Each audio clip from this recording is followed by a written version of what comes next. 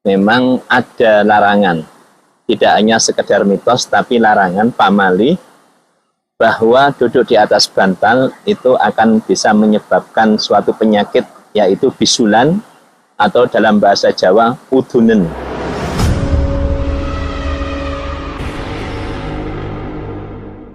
Assalamualaikum warahmatullahi wabarakatuh. Waalaikumsalam.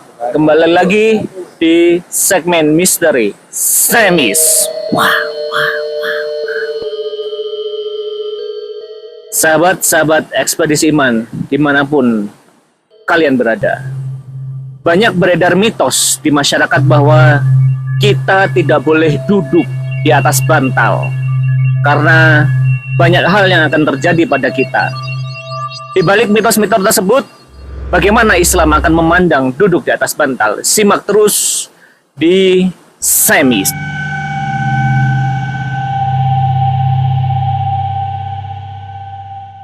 Ustadz, terkait dengan fenomena duduk di atas bantal, yang mana mitos ini sudah menjadi mitos yang sangat umum di masyarakat. Bagaimana Ustadz?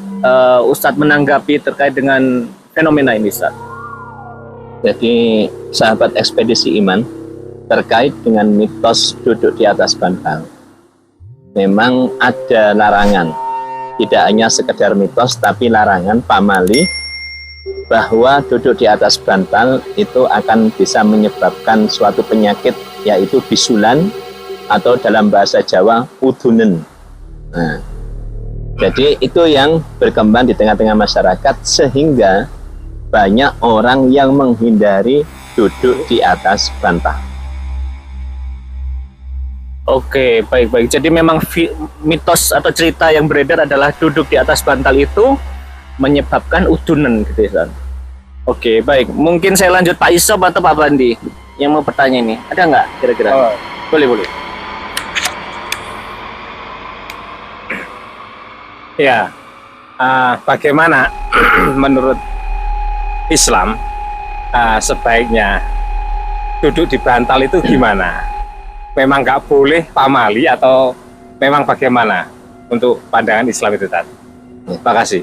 Yang pertama, jadi kalau dia percaya secara medis, ketika duduk di atas bantal langsung menimbulkan bisulan, langsung menimbulkan udunen kalau dalam bahasa Jawa, maka itu bagian dari kesyirikan, bagian dari hal yang akan bisa merusak akidah seorang muslim. Itu secara medis, secara ada kepercayaan atau mitos, maka itu dibatalkan di dalam akidah Islam. Yang kedua, kalau kita tinjau secara medis, secara ilmu kesehatan, maka bantal itu seringkali kebersihannya nggak begitu diperhatikan. Ketika bantal untuk tidur kadang jarang sekali untuk dijemur, sehingga untuk mematikan beberapa kuman penyakit atau beberapa kotoran, debu-debu yang menempel di atas bantal. Bahkan menurut penelitian yang dikutip Dr. Arthur, itu bantal yang jarang dibersihkan minimal mengandung 30 jenis penyakit. Nah, jadi secara medis begitu. Maka ketika duduk di atas bantal dan kulitnya manusia yang duduk itu lantas sensitif, maka akan menimbulkan beberapa masalah kesehatan pada kulit. Ya, salah satunya bisulan, udunen atau yang lain, yang masalah-masalah kulit. Nah, karena jarang untuk membersihkan bantal. Nah, itu secara medis memang ada kaitannya. Nah, yang berikutnya dalam Islam, maka harus dilihat bantal itu ada dua penggunaannya. Bantal yang ada di tempat tidur otomatis untuk tidur, tempatnya bagian kepala yang diletakkan di situ. Maka ketika duduk di atas bantal tempat tidur, itu wadu asyai fi ghairi mahallihi, berarti meletakkan sesuatu bukan pada tempatnya. Ini orang dolim, penggunaannya untuk kepala tapi diduduki. Ada yang kedua, penggunaan bantal di ruang tamu. Bantal di ruang tamu itu untuk sandaran bisa, untuk duduk juga bisa, termasuk bagi orang-orang yang kena penyakit wasir, ambeien, itu kalau atos-atos kan sakit. Nah, itu dikasih bantal, memang diperuntukkan untuk duduk di ruang tamu itu. Maka kalau digunakan untuk tidur, itu juga kurang pas, ya. Walaupun nggak sampai haram. Hanya persoalannya di sana. Jadi bantal yang digunakan untuk tidur tekan kepala, lantas diduduki. Nah, ini waktu asyai fi ghairi mahallihi, meletakkan sesuatu bukan pada tempatnya. Itu menurut pandangan Islam. Dan secara medis juga larangan tadi itu biar manusia memperhatikan kebersihan bantalnya. Iya, betul. Itu. Oke, jadi dalam Islam duduk di atas bantal itu hanyalah mitos gitu ya. Jadi kita jangan mudah percaya mitos karena berakibat bisa fatal, yaitu rusaknya ketauhidan kita sebagai seorang muslim. Baik, kemudian Pak Bandi, ada tidak yang mau disampaikan atau ditanyakan kepada? Baik. Insya Allah ya mungkin adabnya aja, adabnya duduk itu bagaimana dalam Islam? Adab atau tata cara duduk secara Islam itu kita bisa paling baik mencontoh bagaimana Rasulullah SAW duduk. Nah, duduknya Rasulullah itu ada yang disebut dengan istilah kurfaso. Kurfaso itu memeluk apa niki? Lutut. Nah, terus kedua tungkai kaki ini merapat, ya, memeluk lutut ngeten. Nah, seperti ini. Nah, itu yang diperbolehkan salah satunya. Tapi itu dilarang ketika saat mendengarkan khutbah Jumat. Itu menunjukkan ketidakantusiasan untuk mendengarkan ilmu atau wajangan nasihat. Berikutnya adalah duduk bersila. Duduk bersila, terus duduk selonjor, lantas kemudian duduk.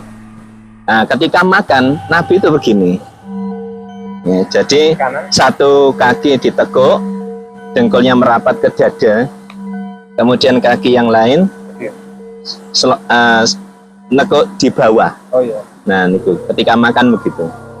Itu menunjukkan menikmati betul khusyuk dalam makan. Nah, itu. Di samping itu ada duduk tawaruk. Duduk tawaruk itu duduk tasawuf akhir itu. Jadi kita bisa duduk dalam bentuk tawaruk seperti tasawuf akhir atau duduk iftirosh, duduk di tasawuf awal. Jadi kedua tungkai ditekuk ke belakang, kita dudukin. Nah, itu dalam majelis ilmu menunjukkan antusiasme. Nah, ada larangan di dalam duduk itu bersandar pada satu tangan atau dua tangan begini. Nah, ini duduk orang-orang yang istilahnya berputus asa, bahkan dibenci oleh Allah. Ini duduk yang gini terus selonjoran. Nah, itu ada kesan bermalas-malasan, kurang semangat. Nah, itu dan beberapa larangan yang lain. Baik, boleh sesaat ya. Sesaat-saat gitu kan enggak apa-apa kan. Nah, itu Nabi tidak pernah mencontohkan duduk yang begitu. Nah, makan pun dilarang. Makannya begini sambil makan. Sambil nyandar gitu. Nah, sambil nyandar ke salah satu tangannya itu dilarang. Itu bagian kesombongan di dalam makan. Gitu. Baik. Dan di dalam majelis, maka orang-orang yang duduk di dalam satu pertemuan atau majelis hendaknya melapangkan tempatnya. Maksudnya adalah biar orang yang belakangan datang itu tidak bingung mencari tempat duduk, harus duduk di mana. Mestinya orang yang lebih awal itu segera menempati tempat duduk yang ada di depan, sehingga yang belakang masih lapang untuk ditempati orang yang duduk belakangan, orang yang datang belakangan. Nah, sekarang tidak melapangkan majelis, malah mempersempit. Tempat di depan itu masih longgar, malah milih belakang. Akhirnya orang yang berakhir datang, barusan datang, sungkan mau menempati di depan. Atau sudah nggak ada tempat untuk makanan, tapi malah ke belakang. Akhirnya bingung mencari tempat duduk. Yang belakangan datang di tengah-tengah lingkaran atau kerumunan, seolah-olah seperti sebuah tumpeng yang dikerubuti banyak orang gitu ya. Nah, jadi melapangkan majelis itu memberi kesempatan orang yang datangnya terlambat itu bisa mendapatkan tempat duduk yang lapang. Termasuk berselonjor di dalam majelis ketika di depan orang itu harus istilahnya permisi dulu.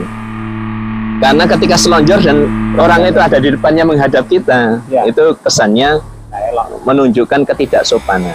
Nah, ini beberapa adab duduk di dalam Islam yang patut kita perhatikan, dan ini mencontoh apa yang menjadi contoh dari Rasulullah SAW. Oh, Masya Allah. Itu tadi terkait dengan adab-adab ya, Ustaz ya. Dan juga beberapa duduk-duduk yang dilarang atau tidak disarankan begitu ya. Nah, Pak Bandi, ada yang perlu diperjelas lagi? Sudah cukup nggih? Baik, alhamdulillah. Nah, itu tadi sahabat-sahabat ekspedisi iman terkait dengan mitos duduk di atas bantal. Kesimpulannya itu adalah hanya mitos. Namun dalam Islam Rasulullah telah mencontohkan adab dalam duduk begitu. Di antaranya yang sudah dijelaskan oleh Ustadz kita. Semoga tayangan ini memberikan manfaat dan pencerahan terhadap kita semua, terkhusus sahabat-sahabat ekspedisi iman. Sampai jumpa lagi di semis berikutnya. Jika ada usulan atau ide ingin semis membahas topik apa, silahkan tulis di komentar. Jangan lupa subscribe dan sebarkan video ini seluas-luasnya jika memang bermanfaat. Sampai ketemu lagi di semis berikutnya. Wassalamualaikum warahmatullahi wabarakatuh. Waalaikumsalam warahmatullahi wabarakatuh.